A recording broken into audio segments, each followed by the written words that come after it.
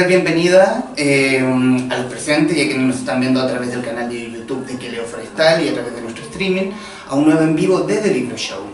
Hoy para hablar de un símbolo de la iglesia y también un símbolo de la caída de la iglesia, porque no lo fueron los cardenales, el actual Esati o Francisco Javier Errázuriz, si bien de un cura que no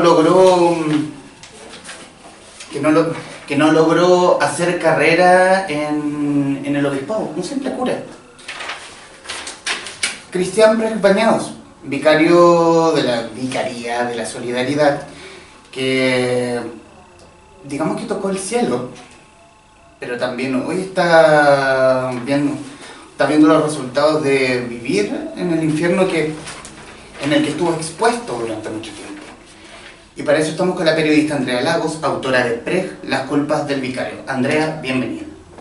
Muchas gracias por invitarme.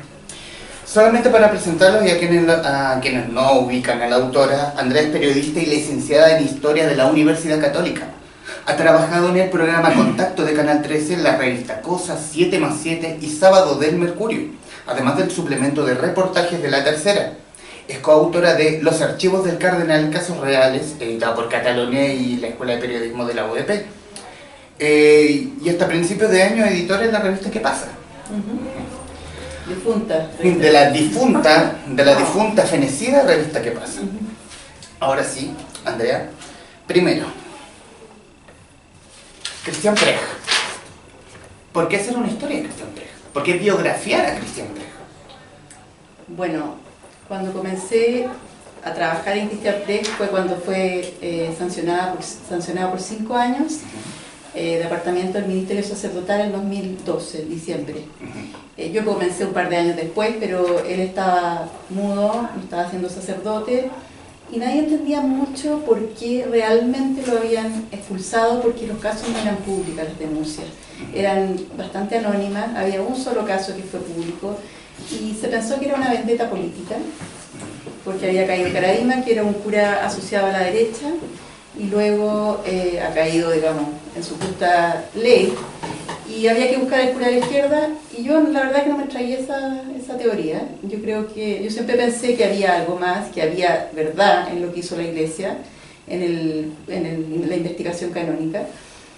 Y además el sacerdote me interesaba demasiado, porque la vida antes de los abusos, del conocimiento nuestro de los abusos ya era muy interesante. Era un cura que inicialmente era de familia más bien conservadora, la madre era un poco más progresista, pero que él había cruzado hacia el otro lado, después de apoyar el golpe, había sido la mano derecha del cardenal en la defensa de los derechos humanos de los perseguidos políticos por la dictadura.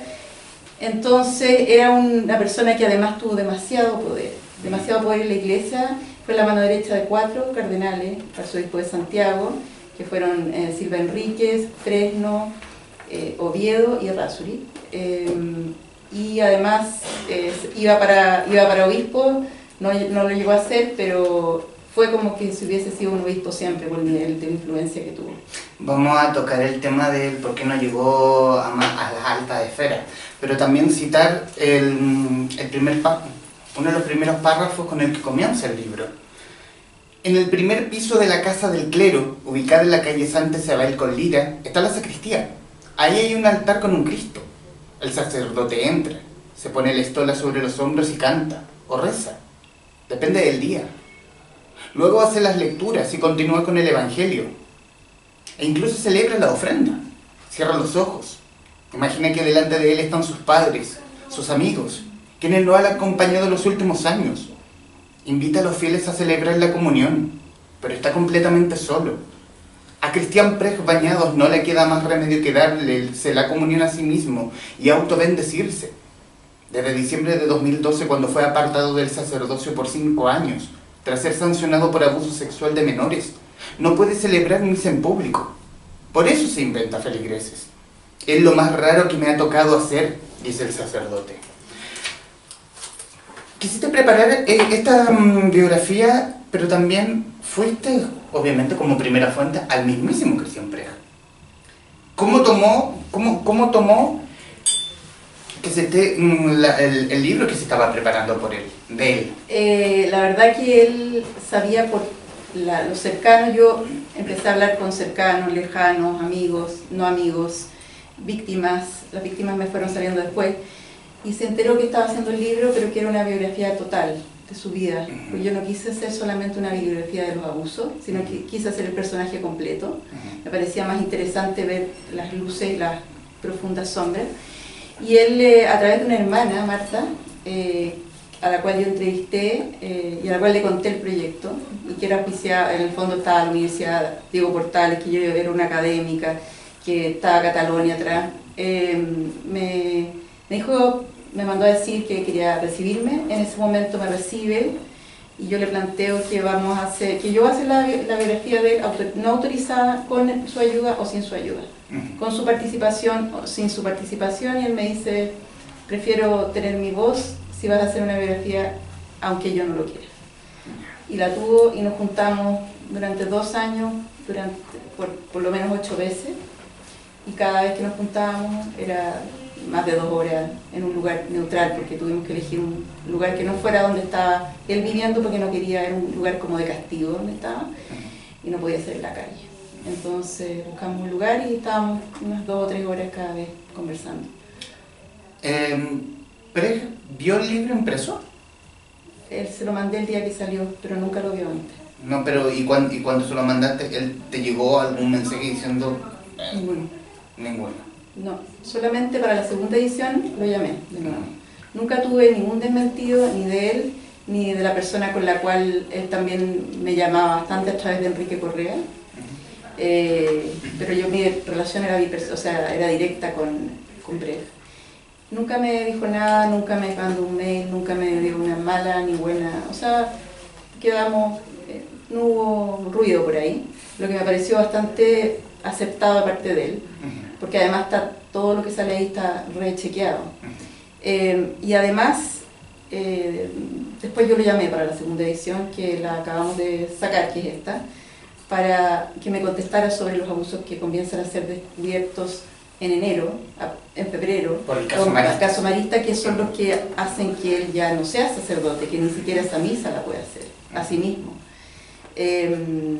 Y me dijo, no, la verdad que ahora ya no quiero hablar, segundas partes nunca fueron buenas. Un poco pitonizo de lo que le iba a pasar 3 semanas después. Entiendo también... Él fue sancionado cuando fue sancionado por 5 años, apartado del oficio del sacerdocio, y después, ya hace ya un mes por lo menos, donde fue de frentón expulsado del estado clerical. Él se siente víctima, él aún busca cree buscar un porqué de lo que le está sucediendo. ¿Él es consciente de lo que le está pasando? A ver, cuando yo lo entrevisté hasta poco antes hasta 2017, él no reconocía sus delitos, reconocía haber sido quizá un poco imprudente y pedía perdón por eso, pero nunca reconoció un delito. Y hoy, yo todo esto lo sé por gente que es cercana, él está muy enojado, él no cree una vendetta política, pero él cree ser una parte de una gran tendencia en la iglesia que necesita expiar culpas por los abusos, y que él es un símbolo demasiado importante. Eso es lo que piensa él, no lo que pienso yo. Y en el fondo es parte de un proceso que se está viviendo, y él cree que en la justicia civil, como tiene un proceso paralelo donde está demandado junto a otros, digamos, religiosos, él cree que ahí se va a salvar, y que esa debe ser la forma donde va a quedar exculpado, y esa va a ser la forma de demostrar, digamos, de que su honor no quede más mancillado. ¿Se siente el Cordero de Dios?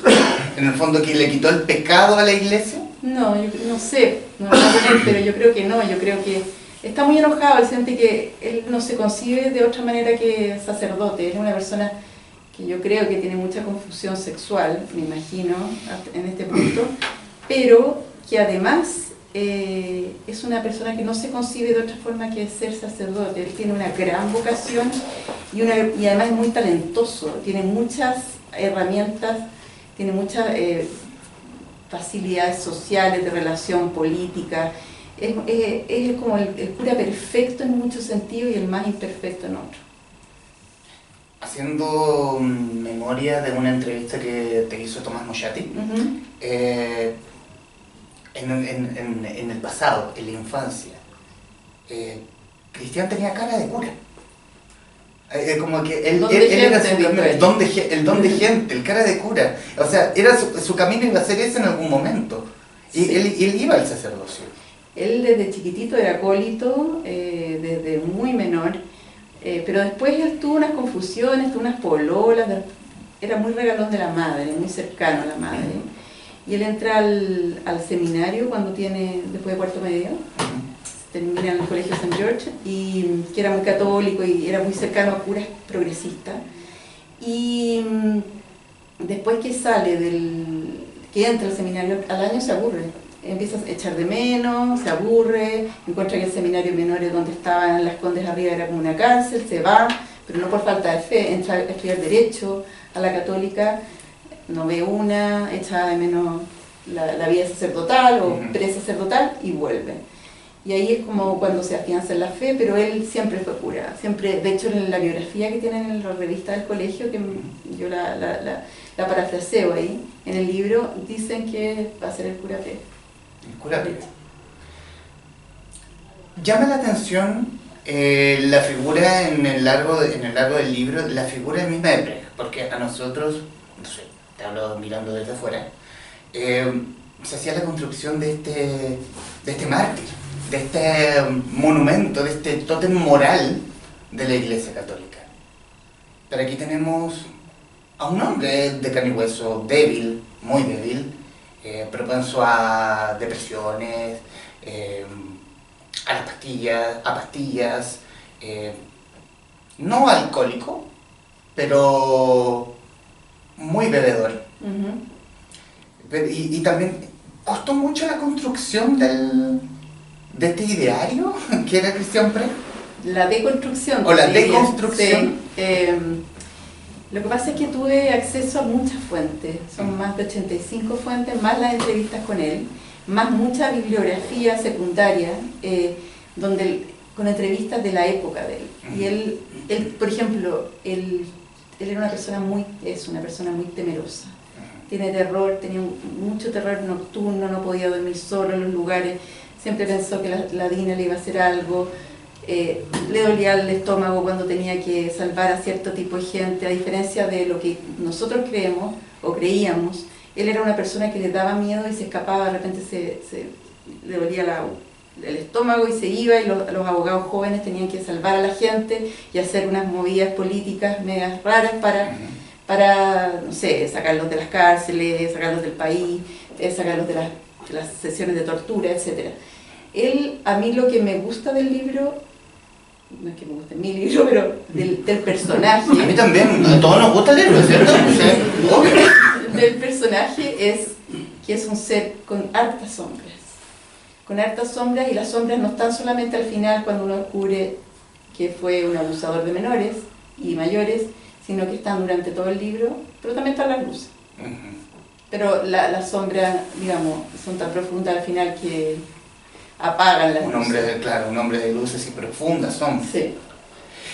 Estamos con Andrea Lagos, la autora de Pérez, las culpas del vicario. Andrea, también nombraste, Pérez se rodeó de poder. Era una figura que a Pérez le gustaba mucho el poder.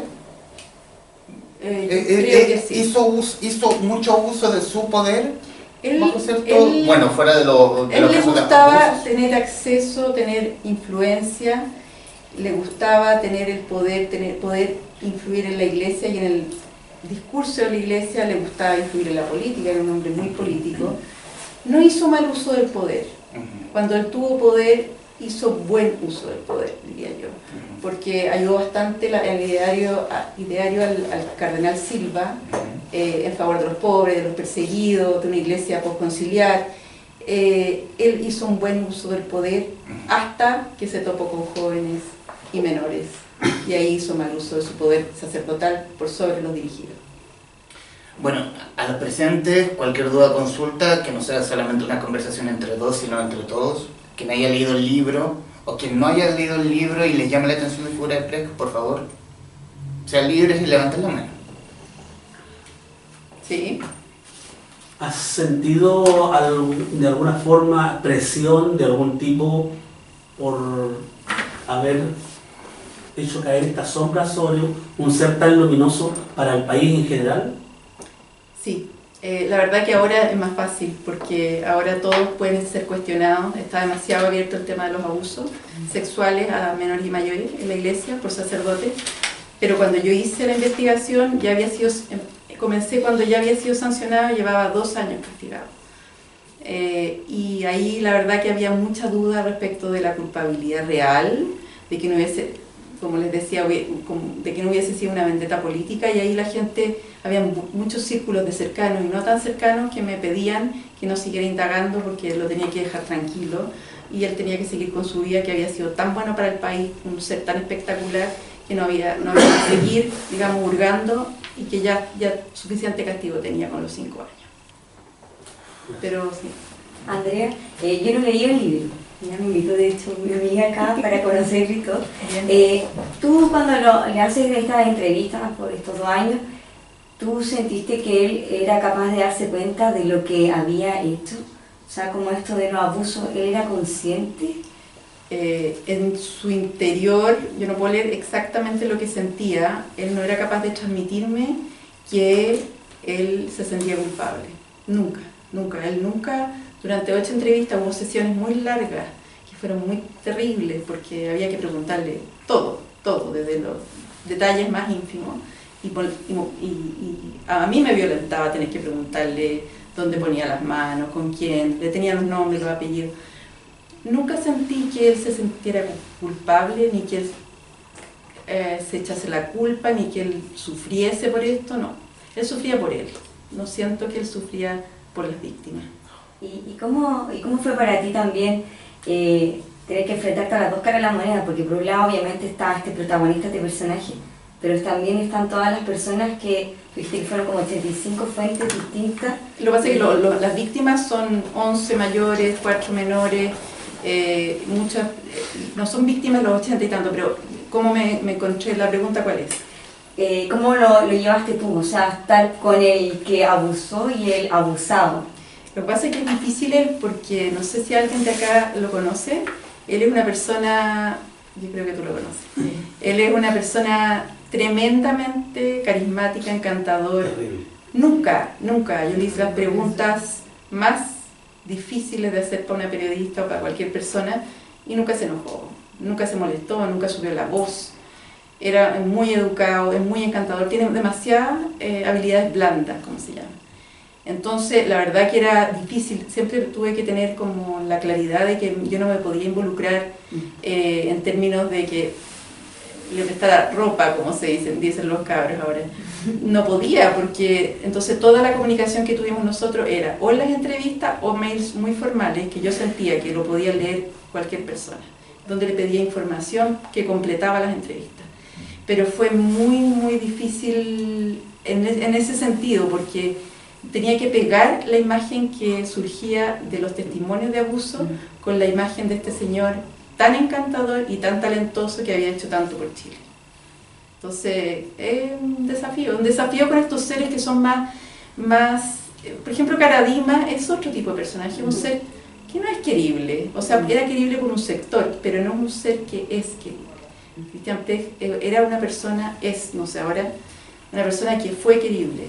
Entonces, separar y juntar y poder hacer algo medianamente equilibrado, pero sin moderar las sensaciones de la gente, porque no se puede moderar el abuso, fue difícil. Fue difícil, pero fue desafiante, y yo creo que fue un personaje que finalmente valió la pena biografiar. Sí. ¿Alguien más quisiera decir algo? Sí, hola Andrea. Hola. Yo lo conocí a él en el tiempo de la universidad, en los años 80, en la época de las federaciones de estudiantes, de la pastoral universitaria. Sí. Efectivamente era una persona muy carismática. y realmente es un shock para todos nosotros ver esto. Todavía, de hecho le estaba enviando quiero que un amigo que trabajó en la vicaría, de la misma edad mía, que nos juntamos a desayunar cada cierto tiempo con gente de la dirigencia estudiantil de esos años. Él trabajó en la vicaría es un abogado muy destacado. ¿Quién es? De derechos humanos. ¿Cuál de todos? Porque debe haber sido fuente mía. No, porque él está absolutamente cerrado al tema. Ya. No cree, y trabaja en derechos humanos él. No cree. Ya. Y dije, pero lee el libro. No cree, no quiere creer, o sea, no quiere leerlo. Eso refleja, digamos, lo difícil que es. Para mí no, porque yo ya no soy católico, es una sorpresa. Pero yo quería preguntarte, ¿qué viene para él ahora? ¿Cómo se salva él? Él ya no se salvó en términos de la Iglesia. Él está tratando de apelar. No es apelable la decisión del Papa. Además fue una decisión tomada después de un proceso canónico, donde había mucha evidencia en el tema marista y había evidencia en otros dos casos además. En términos de cómo se salva en la tierra. Me refiero a cómo se salva. Yo sé que lo de la iglesia está cerrado, su posibilidad de hacer cualquier cosa en Chile está cerrada. Tendría que apelar con Dios. Esa es la Con segunda Dios, instancia. yo creo A eso me refiero, salvarse, o sea, cómo él vive este último, no sé, Mal, muy mal. Lo vive. este tiempo de vida que le queda. Solo, De hecho, está mal. su familia. Está casi ciego. Tiene una enfermedad que es una degeneración macular que dejó a su madre ciega. Su madre murió ciega. Y lo heredó. Es uno de los hermanos que lo heredó. Y no es operable. Es operable para retrasarla, pero no para curarla. Está muy mal de ánimo ahora, dicen. No quiero victimizarlo, pero es lo que yo he reporteado. Y está muy triste porque no es sacerdote, más. Y lo que está concentrado es en levantar recursos contra la Iglesia Católica, que es su iglesia, fue su iglesia, para demostrar, para que sean, en el fondo, él quiere demostrar que al menos en la ley civil, a través de la ley civil, él es una persona inocente, o al menos que no es culpable. En eso está. Y el resto, yo creo que él tiene muy buenos amigos y tiene una familia extensa, y está bastante acompañado. Eso sí, que ya no puede vivir en un territorio de la iglesia, entonces donde estaba viviendo, que era en esa casa del clero, tuvo que salir. Va a tener que vivir en un lugar, no sé dónde está viviendo en este momento, pero lo va a tener que pagar él, o en un departamento que tenía arrendado, que era de él, en San Miguel. Tiene una pensión bastante baja, pero yo estoy segura que sus amigos deben haber estado ayudando, porque tienen muchos amigos de todos sectores sociales que pueden, digamos, en general lo han ayudado. De hecho, yo creo que el mismo abogado no le debe cobrar, porque Luciano Fuyú era un abogado de la vicaría. Tiene muchas redes. A diferencia de Caradima, yo creo que él conserva redes de amistad bastante importantes y de familia. Yo creo que esa es su salvación en la tierra, y en el cielo, no sé, o en el infierno, no sé. ¿Alguien más? Citó a un abogado de derechos humanos, no sé si vamos a estar hablando del mismo, pero también tiene como fuente a José Salaquet. Sí. Y José Salaquet define así a Christian Precht, según las claves del Zodíaco. Las personas de signo Libra, el de Cristian, se caracterizan por buscar la igualdad, la justicia y saber moverse con diplomacia. Sin embargo, son personas muy inseguras, 2 pasos para adelante y 1 para atrás. En la historia también de José Salaquet, trabajando a codo a codo con el mismo Cristian, donde a Salaquet lo atrapa la policía política de Pinochet.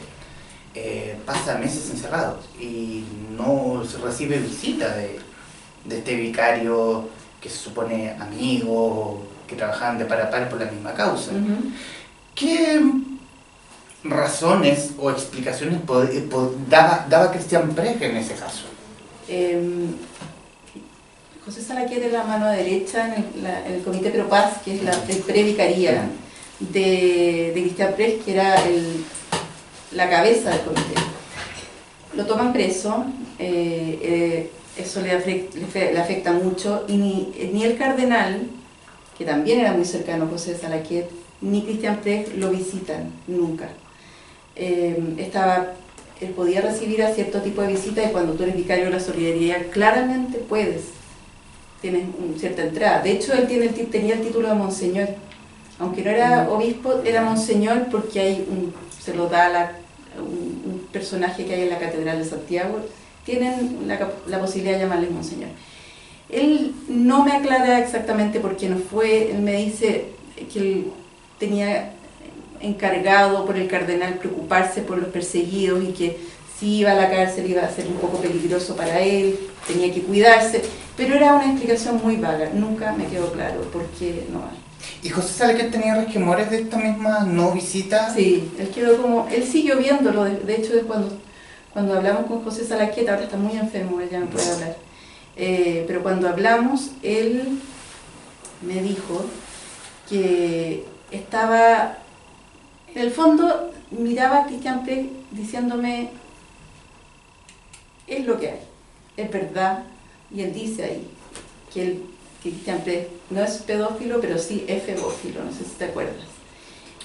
Hay una parte muy espectacular que yo pensé que me iba a llamar a desmentirla cuando estaba recién haciendo la entrevista y dice, es febófilo, no pedófilo. O sea, dice claramente lo que es Christian Precht, igual él comía, si Christian Precht lo visitaba, a Salaquet, que estaba un poco enfermo ya, comía con él, no tenía problemas, pero no tenía ninguna sacralización respecto al personaje, no lo consideraba ni un héroe, ni lo consideraba un ser de otro mundo, lo consideraba un hombre, un cura. Yo creo que lo más cercano a la realidad es la opinión de Salaquet. Y yéndonos al castillo de naipes que tenía Christian Precht, hasta antes de que se desarmara y se descubriera el caso del difunto Patricio Vela, que se mantuvo bien en el sigilo hasta un tuit del Rumpi. Así de pronto, así salió todo. Y citando también una parte del libro, Carolina Bañados Lira hizo una denuncia contra el sacerdote Christian Precht por abuso psicológico y sexual contra su marido, el psicólogo Patricio Vela Montero, desde fines de los 70, cuando este era menor de edad. Ambos hombres entablaron amistad, pues el cura fue su director espiritual desde los 16 años. 13 años después, en 1991, cuando tenía 19 años, Vela se suicidó en su casa. 29, perdón. 29, sí. Tiene toda la razón.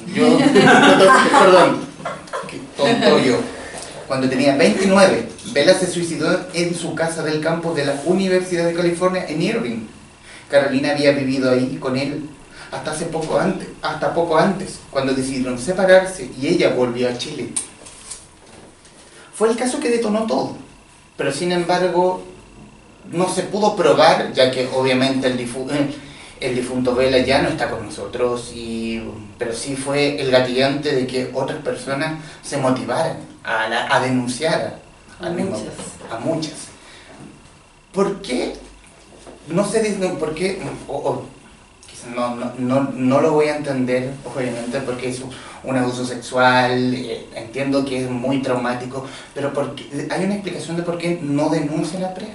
Miedo, mucha admiración. En general, Christian Precht, la gente que abusó o que intentó abusar, era gente que no estaba en el ámbito ni de la derecha ni del apoyo de Pinochet, o sea, era gente del mismo mundo, de colegios católicos progresistas, de confesionarios con chicos, en el fondo es pura gente que lo admiraba demasiado, que para ellos era una bendición, un beneficio y un orgullo estar cerca de este cura tan espectacular y que pudieran pasar un poco de tiempo con él. Entonces ellos mismos no podían salir de la estupefacción de ser abusados, y el abuso no era algo que muchas personas, son cabros en este caso, son capaces de digerir en el momento. Son procesos muy complicados y además muchos de ellos siguieron en contacto. Los casó Christian Precht, los confirmó antes, bautizó a sus hijos, sus familias eran amigas. No era llegar el detonante de todo para que la gente, de este caso al menos, tomase conciencia, fue el escándalo Caradima y el caso Caradima. Recogiste muchos testimonios y resaltando uno en especial de Renato. Renato es un nombre ficticio para para este caso, y cito palabras que están descritas acá. Él, Preg, trató de abusar de mí en mi pieza. Por esos días yo andaba muy mal. Me invitó a su dormitorio donde tenía 2 camas. Yo soy el mayor de 6 hermanos. Entonces para mí era normal dormir en una pieza con amigos o primos y acostarnos. Incluso en la misma cama. Uno para un lado y el otro para el otro. Conversamos y de repente se metió en mi cama y se acostó. Me comenzó a manosear y se masturbó. Y yo quedé helado, paralizado. Estaba inmóvil y de repente siento que eyaculó en mi espalda. Ahí fue cuando me di cuenta de que se estaba masturbando. Quedé petrificado y él salió de la cama y se fue a la suya. Yo no pude hacer nada. Estaba en estado de shock. Transpiraba helado. Los abusos cometidos con Preg no llegaron a la penetración, por decirlo de alguna manera. Eran abusos como el descrito en el pasaje que acabo de leer. Asqueroso, todo lo que... póngale el nombre que ustedes quieran. Pero... Y él se... tenía la pregunta y se me fue. ¿Estás hablando de que no fueron violación? Claro, que no fueron violación, más bien fueron abusos. Abusos sexuales. Abusos sexuales. Contra menores y mayores. Contra menores y mayores. Voy a insistir y volver a una pregunta que te hice al principio. Él no tiene conciencia de que lo que hizo estuvo mal. Hay gente que se preocupa de estudiar el tema abuso, sacerdocio, etcétera, que me dice que no es que no tenga conciencia, sino que no quieren tener conciencia. Pero él demuestra no tener conciencia del mal, de haber cometido un delito y de haber abusado. Él dijo, hay toda una parte, yo no sé si tú recuerdas, o la gente, que hablan de la relación que en ese tiempo tenían los jóvenes con los curas. Y él dice, nosotros nos tratábamos de hermanitos, nosotros, los padres, cuando los chicos estaban mal por algo, nos entregaban a los chicos para que nosotros los dirigiéramos y los acogiéramos en la fe y en el cariño. Un poco los padres como que se desentendían muchas veces de los hijos. Y en el fondo, él pone demasiado en contexto las torpezas de él mismo, como pueden haber sido. En el fondo él habla de un poco que él se desubicó, que puede haberse desubicado, ni siquiera que minimiza y contextualiza. Y de hecho se enoja demasiado porque el vicario judicial, Jaime Ortiz de Lascano, está en la foto, un español que fue el que le dio los 5 años, el que lo investigó en primera instancia, él me dijo en un momento, y sale, me da mucha rabia que Jaime Ortiz de Lascano no haya podido ponerse en el contexto de los años y de nuestra relación con los chicos, que debiese haberse puesto en el contexto para entender que no era abuso. Él contextualiza y dice que lo descontextualiza. Y yéndonos ya al vicario judicial, hoy administrador apostólico de la diócesis de San Felipe, llegado el momento de la sentencia, él era partidario, desde el Vaticano eran de que se debía sacar a Preg, suspenderlo de su oficio de sacerdote.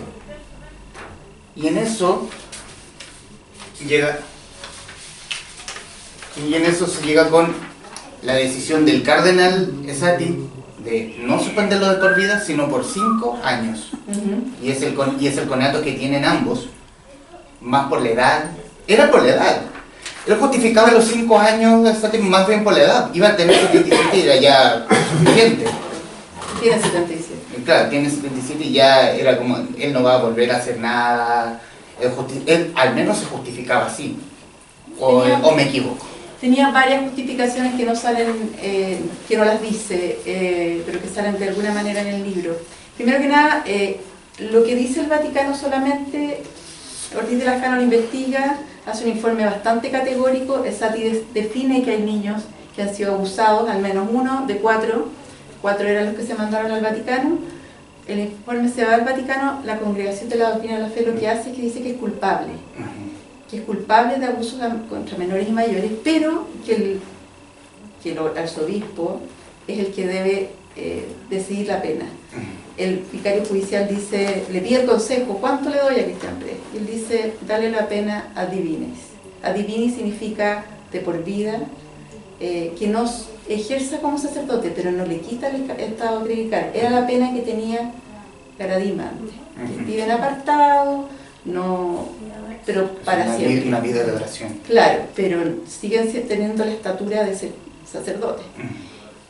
Y ahí lo que sucede es que Satie no es capaz de establecer y decir la verdad que esa es la pena, y decide rebajarle a 5 años.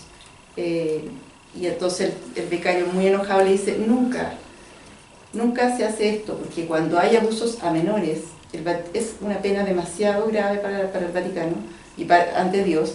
Ustedes tienen que expulsarlo de alguna manera para siempre. Y el otro dice no, y golpea la mesa, va a tener 77 años, en 5 años más, está bueno, ya es suficiente castigo para Cristian Prech, y ahí queda. Esa es la historia. Jamás desmentida por Satie. Juan Carlos Cruz, recordando una noticia que leí, creo que en Cooperativa, él supone que Prech le sabe muchos secretos al cardenal. Estamos especulando. ¿A cuál de todos los cardenales? Al cardenal. Tienes toda la razón. Pero en este caso estamos hablando, pero en este caso es Satie, que le sabe muchos secretos a Satie. También, como alguna vez lo escribí en un review que hice del libro, Cristian Prech la sacó barata. Siento que la sacó en la primera pena, claro.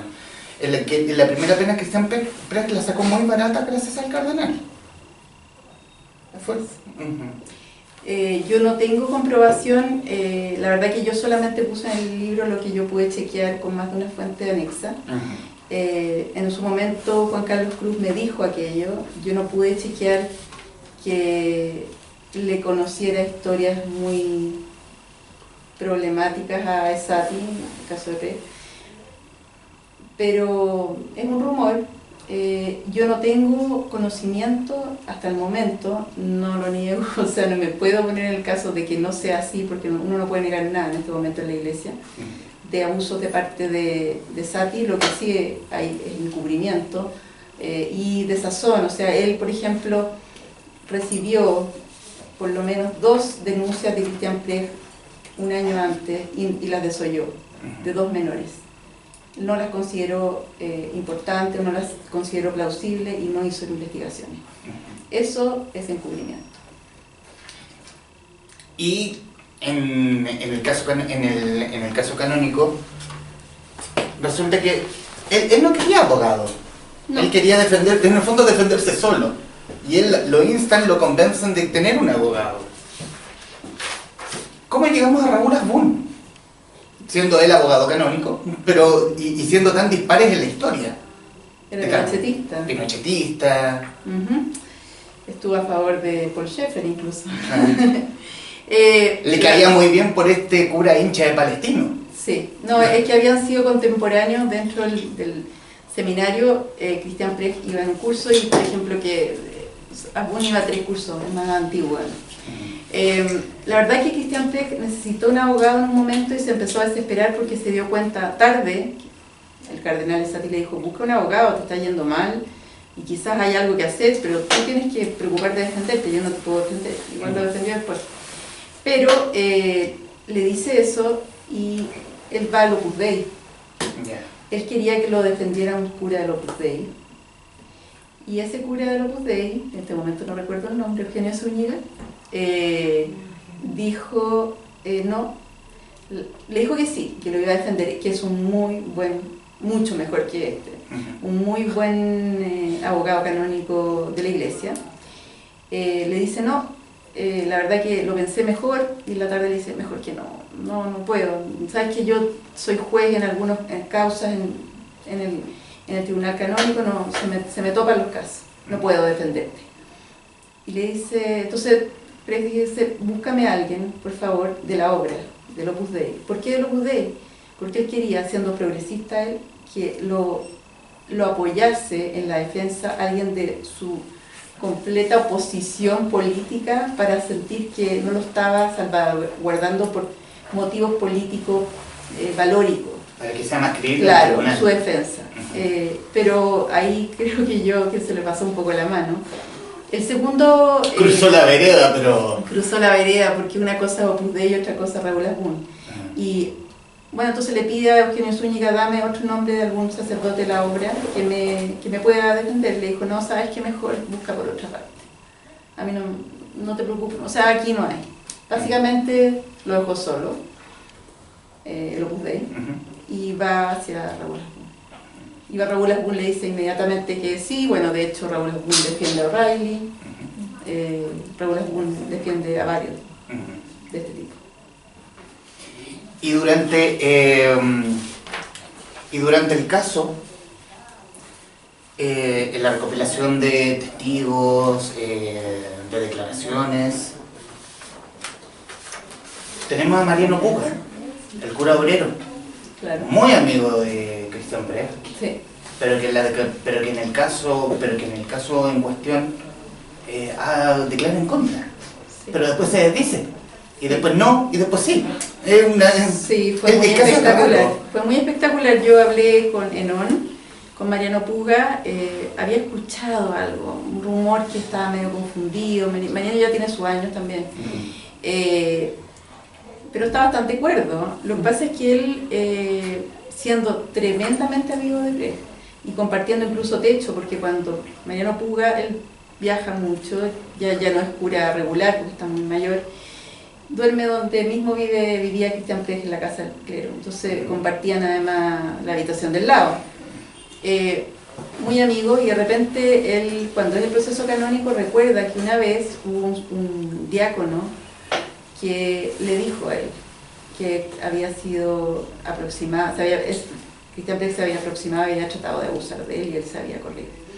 Entonces él fue, no le dijo nada a Cristian Pérez, voy a ir, y fue donde el abogado Ortiz de Lascano y testificó. Y Cristian Pérez se dio cuenta de que había testificado muy tarde, ya cuando ya había sido sancionado. Mariano Puga se peleó con él, esto contado por el propio Cristian Pérez, lo instó a ratificar su testimonio, y el tema es que ese diácono que lo había acusado, Cristian Pérez, cuando se fue a Chiloé a seguir de diácono, quería ser sacerdote, fue acusado y cumplió cárcel por haber violado a una menor. Entonces ahí, cuando completó la historia, Mariano Puga dijo, no, yo me voy a desdecir porque la verdad que no es creíble este personaje para mí. Se desdijo 2 años después, con lo cual Ya, tampoco su testimonio... Igual su testimonio era de contexto, él no era una víctima directa. Entonces, igual Cristian Pérez sin Mariano Puga hubiese sido sancionado. Pero se desdijo, nunca se desdijo públicamente. ¿Alguien quisiera decir algo e intervenir en la conversación? Haciendo también... Perdón, yo quería preguntarle algo a Andrea Sí. acerca de cuáles son los primeros momentos de que se sabe en esto, porque uno no tiene estas tendencias a los 30 años. ¿O sí? En general, ¿Qué dice la ciencia? tendencias de que te gusten los menores, Claro, o que a los sacerdotes les gusten los menores, o a los hombres les gusten los menores.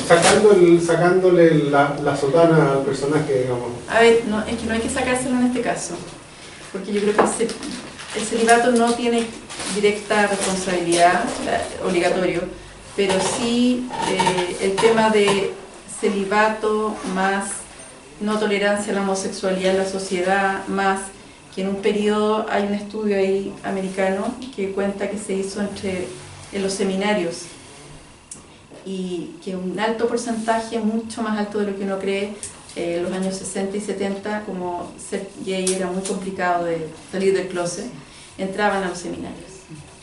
Pero no tiene nada que ver con que la gente que sea cura sea pedófilo, no estoy diciendo eso. Pero había un refugio. Había un refugio y una sexualidad mal vivida, claramente. Entonces eso hace que empiece a cundir un espíritu raro, que no tiene que ver con la pedofilia necesariamente, pero con la mal vivida sexualidad. Con respecto a la pregunta, yo creo que un pedófilo arriba de 18 años con respecto a un menor puede ser a los 19. Sacerdote o no sacerdote, pedofilia es mayor abusando de un menor, que sea niño o puber, que en el fondo es de 14 a los 18 años. Sacerdote o no sacerdote. ¿Alguien más? Sí, yo, Andrea, quería preguntarte si es que puedes como profundizar en que Brecht tenía una carrera muy sólida, una persona muy destacada dentro de la iglesia, todo su rol dentro de la Vicaría de la Solidaridad, y yo nací ya después del golpe, ya en dictadura. No tengo muchos recuerdos de él como vicario, pero sí recuerdo como la historia de este personaje como, wow, este cura es como de otra clase, así como muy importante. Y si puedes profundizar en qué cosas sucedieron para que su carrera para ser obispo o cardenal o en el fondo irse a cargos superiores fue truncada, y qué pasó ahí, porque ahora mirándolo como con detención y teniendo como toda la historia más clara, da para pensar de que en esa época algunas dudas habían con él y que por eso no llegó a tener la carrera que debería haber tenido. A ver, yo investigué, hay varias teorías y hay varias cosas que confluyen que podrían haber influido, todas juntas. A ver, primero que nada, el papado de Juan Pablo II trajo a Chile al nuncio Sodano. El nuncio Sodano vio la iglesia chilena como estaba. El Papa Juan Pablo II era un papa bastante conservador en lo valórico y quería restablecer la iglesia preconciliar y barrer de la iglesia chilena y mundial a todos estos curas progresistas. Estábamos en dictadura el 78, la iglesia chilena con todos sus patriarcas era totalmente progresista, no querían seguir nombrando más de ese grupo. Eso fue un factor, pero no todo, porque hubo sacerdotes que fueron nombrados obispos que eran progresistas. Otro era una pugna interna en la Iglesia Católica. Había un obispo muy famoso y muy connotado, que era Monseñor González de Talca. Monseñor González tenía una rivalidad porque él quiso ser el obispo de Santiago y cardenal, nunca lo fue. Y el cardenal Silva era una especie de padre político, espiritual de Brecht, y Brecht era su mano derecha, entonces él se opuso y fue donde Sodano le dijo a él, a Cristian Brecht, tú no lo puedes nombrar obispo. Hay gente extraoficialmente que dice que tenía sus razones para sugerirlo, y hay otra gente, las razones más de lo que tú imaginas, y hay otra gente que dice no, era por razones de celos contra Silva Enrique. Hay otro, yo traté de descubrir cuánto sabía la Dina, porque es lo más lógico que hubiese sabido la Dina en los pasos que anduvo Cristian Brecht, que fueron los mismos años. Hubo abuso en los 70 y los 80 de menores y de mayores, pero no, o sea, busqué por cielo, mar y tierra, en la vicaría, entre los militares, en Punta Peuco fui a entrevistar gente en off. Nadie sabía en esa época. Y es muy espectacular, porque uno dice qué gran error el de la Dina no haberse dado cuenta, porque era llegar y destruirlo así. Y la verdad que, porque es por lo que hablábamos, que Cristian Brecht cuando abusó lo hizo en círculos muy protegidos, de gente que era anti-Pinochet, o sea, pro elecciones libres, no iban, y gente muy admiradora de él, que no lo iba a denunciar. Y que tampoco iba a ir a contarle a la DINA o la CNI después, ¿entienden? Y también hay también rumores, que no los pongo en el libro, de que Cristian Brecht no tenía tan definida la sexualidad, que por algo lo mandaron a Colombia 5 años y después volvió. El cardenal dice, y hay otra persona que me dice en el libro, que claramente su paso por la Vicaría de la Solidaridad lo marcó demasiado políticamente, y que una persona que fue tan definitoria políticamente en el país y versus dictadura no podía ser obispo ni menos cardenal. Ese es como el contexto.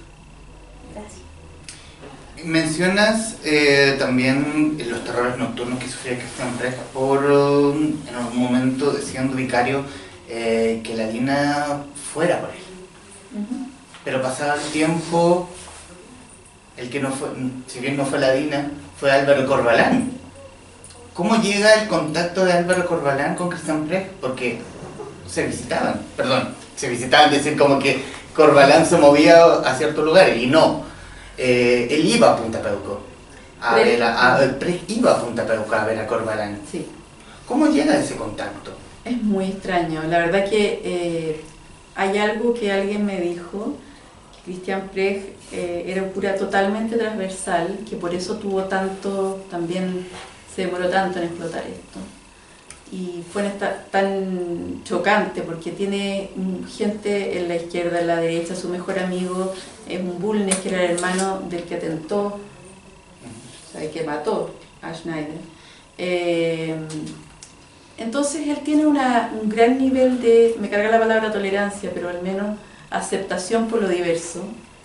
Y en algún momento, como él está cerca de los caídos eran ahora los que estaban en Punta Peuco, esto es antes que lo castiguen, lo sancionen. Y en un momento, Álvaro Corbalán siempre encarcelado y todo, que es un asesino casi en serie de la dictadura, al cual yo un par de veces fui a ver a propósito también de otra investigación que hicimos. No lo fui a ver, lo fui a entrevistar. Él siempre tuvo celulares en todos los lugares de prisión porque lograba burlar. Primero no tenía problema y después, cuando ya Gendarmería se hizo cargo de Punta Peuco, lograba burlar y tener celulares. Y resulta que en un momento le dice, llama a Christian Precht y le dice: ¿sabe qué, monseñor? Pues le decía: monseñor, véngame a ver, estoy aburrido. Y entonces después se empiezan a hacer amigos y empieza a ir en las Navidades, en las Semana Santa, y empieza a tener relación con otros internos de Punta Peuco, que también habían sido violadores de los derechos humanos. Casa a una de las hijas de Corbalán, que tiene muchos hijos, bautiza a otro hijo, y después Corbalán lo utiliza. Años más tarde, ya esta relación tuvo años. Las visitas a Punta Peuco se repitieron bastante. Y por ejemplo, en el 2014, por ahí, el Corbalán utiliza el nombre de Christian Precht porque dijo que él lo apoyaba en hacer una misa por el reencuentro. Christian Precht firmó algo que se supone que él no vio, me dijo, y que apoyaba una iniciativa, él junto a Patricia Maldonado, de hacer una misa por el reencuentro donde estuvieran los dos lados, representados inclusive los asesinos que están en Punta Peuco. Y ahí se rompió la relación. Y después se volvieron a ver, y después Corbalán estuvo en la penitenciaría castigado por esto de abusar del uso celular y etc. Y después su relación se alejó, pero claramente tuvieron una relación muy larga. ¿Y fue el camino que lo llevó a Manuel Contreras? Fue el camino. Pero ahí no fue tan larga la relación. No, porque Contreras, cuando Precht conoce a Contreras, ya estaba enfermo Contreras. Y además, en ese caso, Christian Precht tuvo problemas para relacionarse con él. Porque era como un deporte estar en el hospital militar cuando estaban en Punta Peuco, porque era el único lugar donde tenían visitas siempre, donde tenían uso del teléfono, donde estaban básicamente en un hotel pagado por el ejército. Entonces Contreras y Corbalán abusaron bastante del uso del hospital militar. Y en un momento estaban los dos juntos ahí. Corbalán, que era un jefe alto de la CNI, ¿ya? Y Contreras, que fue el mandamás de la DINA, como todo el mundo puede recordar, que era la policía secreta de Pinochet. Y en algún momento le dice Corbalán: oiga, monseñor, usted que me vino a ver, porque también lo visitó alguna vez ahí, ¿por qué no va a ver al lado a un amigo? A un amigo mío que se llama Manuel Contreras. Y como un amigo, un buen cabro. Ya me estás pidiendo demasiado. Le dice: bueno, pero si es un enfermo, seguramente se va a morir en un tiempo más, le faltaban como 8 años para morirse, pero igual. Y ahí, ya horquillado entre comillas, porque podría haber dicho que no, porque básicamente era cura y algo le pasó, va a ver a Contreras. Y hablan puras leceras, o sea, hablan cómo le va a usted, qué ha hecho, de la familia. La primera la llegada fue como, jamás pensé que usted me iba a venir a ver, bueno, no es agradable para mí venirlo a ver, y después no hablemos de no eso. hablemos de eso. No hablemos del pasado. Eso lo hice Contreras. Lo hice Contreras. Y otra vez lo vuelve a ir a ver y después muere Contreras. Pero tampoco va al funeral porque ya estaba castigado, estaba fondeado y no iba a ir al funeral, Cristian Prez. Rescatas también en el libro el testimonio de Juan Carlos Cruz. Juan Carlos Cruz, uno de los denunciantes del caso Carabino. Perdón, Juan Carlos Cruz, ahora sí. Juan Carlos Cruz. Él es un periodista que vive en Estados Claro, Unidos. periodista que vive en Estados Unidos y resaltando, porque también hubo la famosa insinuación por parte de Cristiana Juan Más Carlos. que insinuación, la diferencia es que él me lo da como testigo de contexto, porque ya cuando se aproxima a él en términos sexuales, Juan Carlos Cruz era mayor de 30 años, entonces, y no era su guía espiritual, era solamente un amigo. Dale. Cito: de repente, Cristian con la camisa abierta y el cinturón desabrochado. Me sentí muy incómodo. Nadie sabía de mi trauma con los abusos de Carabino. Me dijo: quería decirte buenas noches y saber cómo está tu corazoncito. Yo pensé que íbamos a rezar algo así, o algo así. Entonces me metió la mano debajo de la polera y siguió hacia abajo. Y metió el dedo por debajo del calzoncillo. Ahí yo le dije: ya, Cristian, para. Y se fue diciendo buenas noches. Al otro día Prez partió de Chicago. Se despidieron en el desayuno sin hablar del tema y siguieron en contacto por años. Siguió con... El libro es fuerte bajo varios puntos de vista. Y, claro, y citando nuevamente lo que dices, testigo de contexto.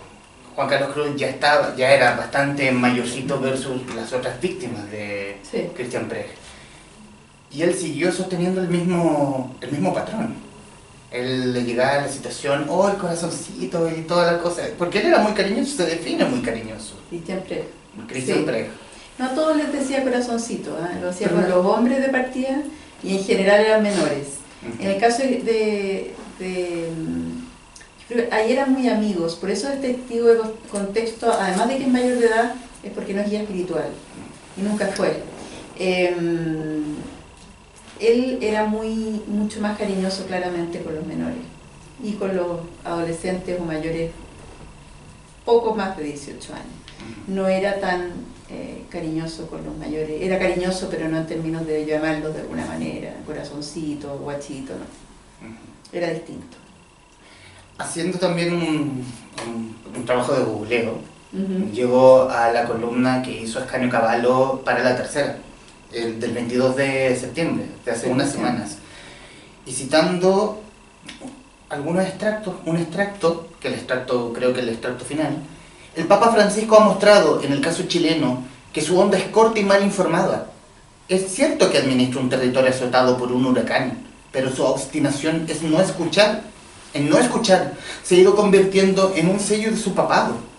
No será el único papa que no entiende las minucias de una insignificancia como Chile, pero es el primero que no las escucha. Ahora sentencia a la muerte vocacional a quien fue uno de los hijos directos de su iglesia, mientras cierra los ojos ante otros. Al Papa le fue mal en Chile, no por Prez, sino por los otros. A esos otros se les debe la pérdida de toda autoridad en este país. Pone en contexto, entendiendo la lógica de Ascanio Cavallo, quiere poner en contexto lo hecho por el vicario durante la dictadura versus los casos que hoy salieron y que sepultaron al mismo Cristian Prez. Nos ponen en una balanza, es como que ya está hecho, ya está muy dañado, déjenlo. Es lo mismo que me decía la gente. Déjenlo. También, como la crítica a Twitter, vieja, y toda la cosa. Hay demasiado en sostener la palabra, en creer en lo que dice Prez, a pesar de lo que dijo, lo que dice las pruebas, lo que dice la justicia, lo que dice la iglesia. Lo que pasa es que el caso Ascanio Cavallo es una persona, yo creo que la persona que más conoce la iglesia en Chile, es el autor de Las Memorias del Cardenal, que es un magnífico, si no lo han visto, léanla, del Cardenal Silva. El tema es que yo hablé con Ascanio antes de que escribiera esa columna, leyó mi libro, le gustó, de hecho lo menciona ahí, pero él tiene un problema de lejanía con Christian Precht. Él no es capaz de separar la persona que conoce de la persona que es Christian Precht. Entonces yo creo que, no respetando la opinión que tiene, o sea, respetando a Ascanio Cavallo como todo lo que es, yo no estoy de acuerdo con esa columna porque equipara los pecados a la luz de Christian Precht, y creo que no son... Uno no puede perdonarle más cosas a Christian Precht porque fue vicario de la solidaridad y salvó a tanta gente. No es posible. No es posible equiparar o decir por qué no persiguen a los otros y dejan tranquilo a este. No se puede. O sea, si uno hace eso es como decir a un violador que viola a una vieja, no sé, mejor no lo castiguen, y uno que viola a una menor, sí. O sea, es relativizar el pecado y el delito. Y no estoy de acuerdo. Ahora, de hecho, el mismo Papa Francisco ha hecho de lo mismo que se está quejando de Ascanio Cavallo, porque fue la sentencia a Christian Precht, después siguió a Caradima, después a Monseñor Cox, al obispo emérito de Iquique, donde todos fueron saliendo, y creo que sigue una lista aún más larga. Él en el fondo ha intentado hacerse cargo desde la lejanía de Roma de esta insignificancia que es Chile.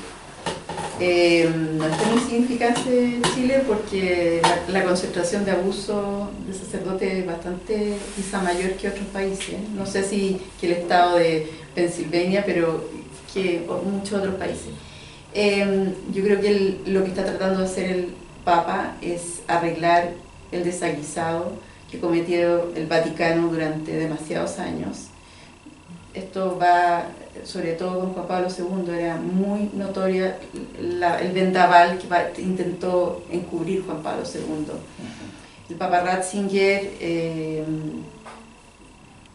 trató de enmendar un poco más, pero enfermo ya, yo creo enfermo también de los nervios con todo lo que se le venía, se retiró. Y este Papa fue bastante lento, él procesó bastante lentamente lo que estaba pasando en la Iglesia mundial y en la Iglesia chilena. Y ahora está recogiendo la propia siembra, que fue, o sea, imaginémonos que cuando vino en enero, él no creía que el obispo Barros había sido, aparte de testigo de los abusos, había encubierto los abusos de Caradima. No lo creía. Prefirió creerle al nuncio, que es una persona que es el orejero del Papa, es su embajador en Chile, y a obispos que no le decían la verdad. Errázuriz, Esati, y obispos que eran pro Barros y pro Caradima. ¿Alguien? Sí, Andrea, al comienzo señalaste que no te convencía el tema de que lo de Precht fuera una especie como de vendetta política por lo que había pasado con Caradima. Pero ¿hay algún paralelo que se pueda estar, o diferencia entre ambos, aparte de lo públicamente conocido? O sea, si hubo algún enfoque distinto ¿En el proceso? Claro. No, la verdad que son demasiado distintos los casos, muy graves. El caso de, políticamente ellos son muy distintos, eso lo saben ustedes. Caradima fue representante de un grupo de fieles del Barrio Alto, muy de derecha, más bien pinochetista, no derecha liberal, que además abusó no solamente en términos sexuales de los jóvenes, sino que básicamente robó, hizo uso de poder, violó, y el proceso de él fue demasiado lento porque fue el primer caso importante en Chile, la primera figura realmente importante, y dejó demasiados coletazos. Primero empezó a ser investigado por la justicia, o ni siquiera por la justicia, la Iglesia reaccionó tardísimo. En el caso de Precht reaccionó la Iglesia tarde, pero cuando se dieron cuenta que habían realmente abusos, sacaron luego el dictamen, la resolución de los 5 años reducido. La pregunta apunta a que, ahora que te puedo contestar respecto de la segunda parte de la pregunta. O sea, porque, a ver, siento que a mí lo que me pasó cuando me empecé a entrar a lo de PREC también, o sea, yo no siendo adscrito a ninguna religión, a mí también me sorprendió, como que traté de no creerlo. Y a mí sí me pasó que pensé, esto es venganza por lo de Caradima. Entonces, para equiparar las cosas, entonces, siento que después, claro, no se levanta tanto y siente que... Sabe que ya... Claro, que ya fue y que lo... Pero inicialmente, a ver, lo que empezó a ocurrir, y esto es una teoría mía, pero que tengo algunas pistas, es que realmente Caradima era demasiado simbólico de la derecha, entonces la verdad que se empezó a buscar a alguien, pero se empezaron a buscar a alguienes porque se sabía que si había uno podían haber más, no solamente en los curas conservadores, sino en general. Y ahí encontraron y empezaron a encontrar de a poco. El cura Tato había sido antes, pero empezaron a surgir otros. Pero la teoría está del empate, como le dicen. Es la teoría que impulsaron seguidores y muy cercanos de PREC. Enrique Correa es uno de ellos. Entonces, una teoría que trata de, primero decir, este es un ser, una víctima, este es un ser que no cometió delitos, ni abusos, ni pecados contra menores. Entonces, la verdad que cualquier cosa que se le esté levantando a él tiene que ver con lo que hicimos o lo que hizo la Iglesia y la sociedad con Caradima. Así, ese es como donde surgió, fue de los cercanos de PREC. Ajá. Ahí. Yes. Tuve la oportunidad de conversar hace algunos meses con Cote Carvajal. Él es dibujante y guionista y es uno de los creadores de la novela gráfica El Cardenal, novela semi-biográfica acerca de la vida de Raúl Silva Enríquez. También padre espiritual de PREC y de otro grupo y también de un grupo de curas que también cayeron por abuso. Todo bien. Habría caído si estuvieran vivos. Que habrían caído si estuvieran vivos. ¿Quién era el confesor del cardenal? Exacto. El del cardenal Silva, Silva. El confesor, el cura confesor del cardenal Silva era otro salesiano que era Ricardo Sati. El actual cardenal. Hay también mención en el libro cierta fijación cuando en el momento de la confesión, porque todos estos abusos van desde la misma confesión, una fijación por la masturbación. También, y representados también por el mismo cardenal Silva. Nombra una escena en un colegio.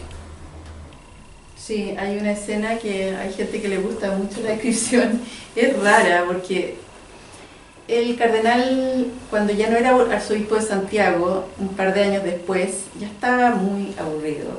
Él de tener al mundo y al país a sus pies y muy pendientes de él, ya estaba, entonces iba mucho a un colegio que se llamaba el Seminario Menor, donde Miguel Ortega era el rector, incluso después, y estaba lleno de chicos de enseñanza media, entonces cuando ellos querían cambiar clases, sabían que venía el cardenal y levantaban la mano, ¿quién quiere confesarse? Todos hacían cola.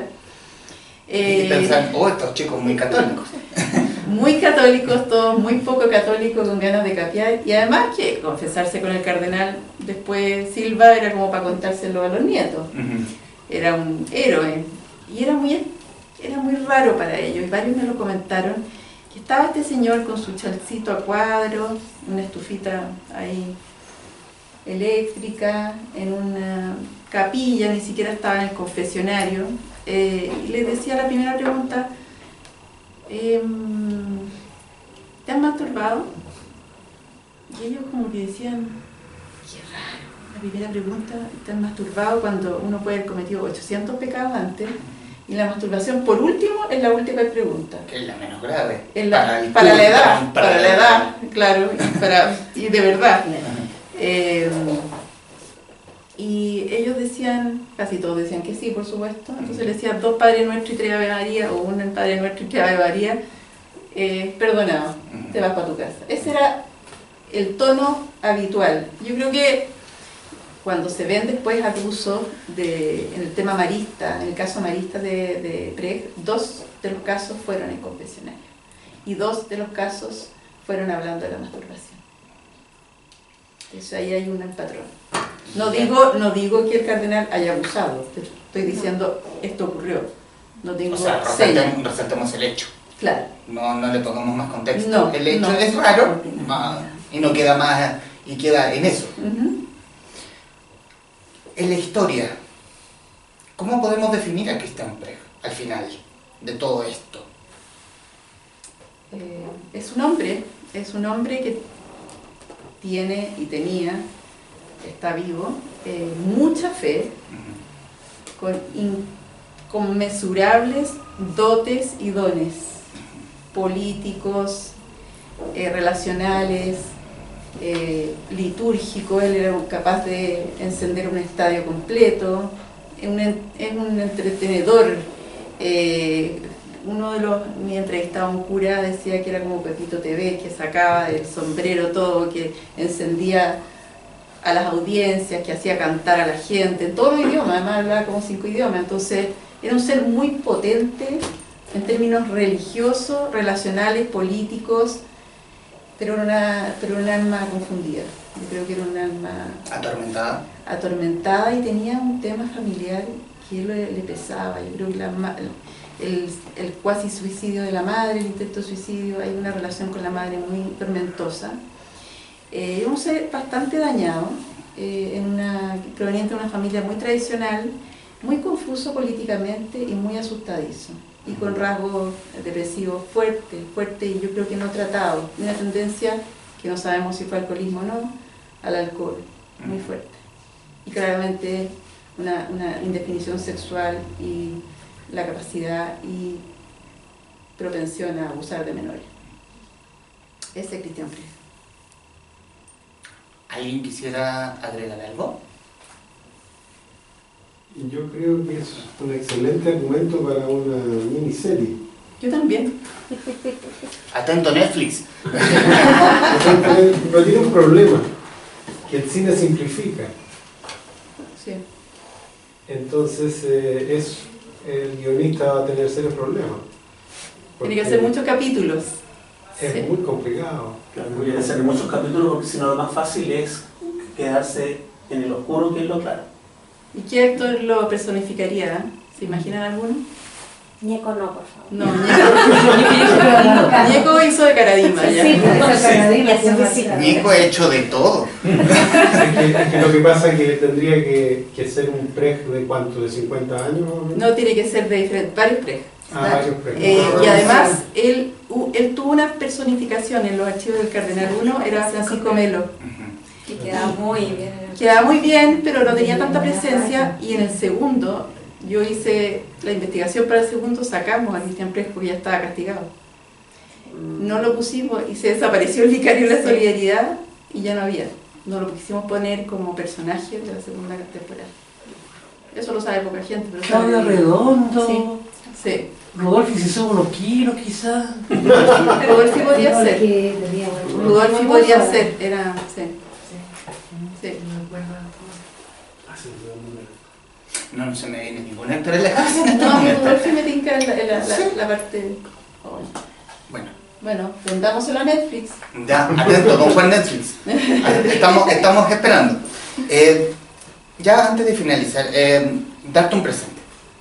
Un presente que por lo menos se lo doy a todos los invitados que han venido a los en vivos de The Libro Show, que es una taza con nuestra marca, con nuestro logo brandeado. Si eres, no sé, Gracias. a gusto del té, de café. También puede ser un buen portalapicero o un buen papeles. Sirve mucho. Y con arena tranca la puerta. Claro, es una muy buena idea. Sí. ¿Para tomar agua? Claro, para tomar agua o para lo que tú gustes. Y es un regalo que, por lo menos con mucho cariño, que va para el autor. Muchas gracias. Y ya para finalizar, saliéndonos un poco del libro, ¿qué hay en el futuro de Andrea Lagos? Me pidió Random House, Mondadori, un libro por encargo. No puedo decir de lo que es porque me da mala suerte, nunca lo hice con Prex, salvo algo con los entrevistados. Y es la única forma que uno logra guardar el secreto. ¿Personaje o un hecho en especial? Es una historia coral de un grupo de personas en Chile y va a salir en el segundo semestre del próximo año, del 2019. Ya, atentos, sobre todo el librero. Sobre todo el librero. Yo soy de Catalonia, así que... Pero yo sigo con la universidad y sigo con Catalonia, así que... ya. Pero es que... Que Random siempre nos roba los autores, entonces, ¿qué me pasa? Que Random, claro, produce más. Edite eso. Exacto. No. Edite eso, no vamos a tener problemas. No.